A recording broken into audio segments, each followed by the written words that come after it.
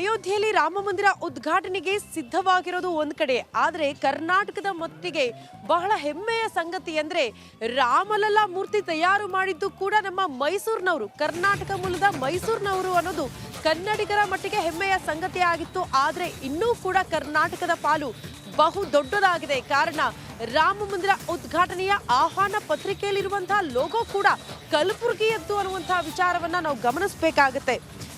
ಅಯೋಧ್ಯೆ ಆಮಂತ್ರಣ ಪತ್ರದಲ್ಲಿರುವ ಲೋಗೋ ರಾಮ ದೇವರ ಲೋಗೋ ಸೃಷ್ಟಿ ಮಾಡಿರುವ ಕಲಾವಿದ ರಮೇಶ್ ತಿಪ್ಪನೂರ್, ಕಲಬುರಗಿ ಮೂಲದ ರಮೇಶ್ ತಿಪ್ಪನೂರ್ ರಚನೆ ಮಾಡಿರುವಂತಹ ಲೋಗೋ ಆಹ್ವಾನ ಪತ್ರಿಕೆಯಲ್ಲಿ ಸಾವಿರಾರು ಲೋಗೋ ಪೈಕಿ ಕರ್ನಾಟಕದ ಲೋಗೋ ಆಯ್ಕೆಯಾಗಿದೆ ಅನ್ನೋದ್ರ ಡೀಟೇಲ್ ಸಿಗ್ತಾ ಇದೆ. ನೋಡಿ, ಇದು ಕರ್ನಾಟಕದ ಮಟ್ಟಿಗೆ ಹೆಮ್ಮೆಯ ಸಂಗತಿ. ರಾಮ ಮಂದಿರ ಉದ್ಘಾಟನೆಯಲ್ಲಿ ಕರ್ನಾಟಕದ ಪಾಲು ಅತಿ ಹೆಚ್ಚಾಗಿ ನಮಗೆ ಕಂಡು ಬರ್ತಾ ಇದೆ.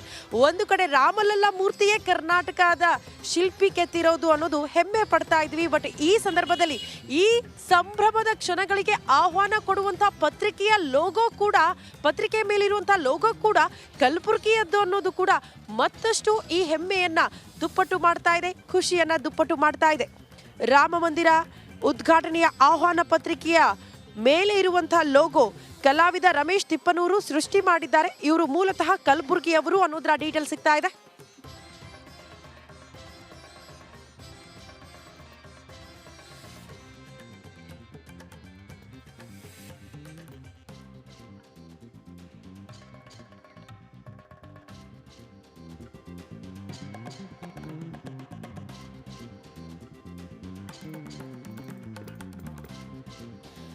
ನೋಡಿ, ಅಂದು ಹೋರಾಟದಲ್ಲಿ